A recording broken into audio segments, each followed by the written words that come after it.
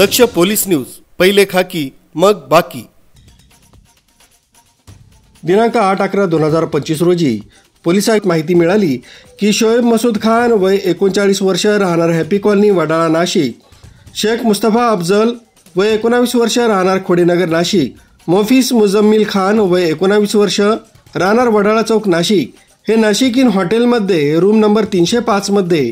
MD हा अंमली पदार्थ विक्री करता बाळगून आहेत। मिळालेल्या गुप्त बातमीप्रमाणे पोलीस उपायुक्त किरण कुमार चव्हाण, सहाय्यक पोलीस आयुक्त संदीप मिटके गुन्हे यांना कायदेशीर कारवाई करण्याचे आदेश दिल्याने अंमली पदार्थ विरोधी पथक गुन्हे शाखा नाशिक शहराचे प्रभारी अधिकारी वरिष्ठ पोलीस निरीक्षक श्रीमती सुशीला कोले, नाशिक रोड पोलीस स्टेशनचे वरिष्ठ पोलीस निरीक्षक जितेंद्र सपकाळे, उपनगर पोलीस स्टेशनचे वरिष्ठ पोलीस निरीक्षक जयंत शिरसाट यांच्या नेतृत्वाखाली कौशल्याचा वापर करून शिताफीने दिनांक 9/11/2025 रोजी नमूद 3 पुरुष आरोपी यांना छापा टाकून पकडण्यात आले। तसंच त्यांच्या ताब्यातून अंदाजे 1,60,000 रुपये किमतीचा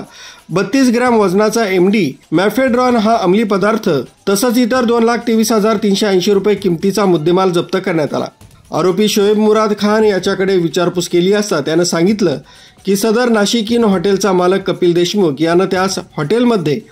MD हा अंमली पदार्थ विक्री करण्यासाठी रूम नंबर 305 हा दिलेला आहे। सदर मुद्देमाल जप्त करून नमूद आरोपितांविरुद्ध बेकायदेशीररित्या अंमली पदार्थ विक्री करण्याच्या उद्देशानं बाळगताना मिळून आल्यानं तसंच हॉटेल मालक कपिल देशमुख यांचा गुन्ह्यात सहभाग निष्पन्न झाल्यानं या 4ही आरोपितांच्या विरोधात उपनगर पोलीस ठाण्यात गुन्हा दाखल करण्यात आलाय।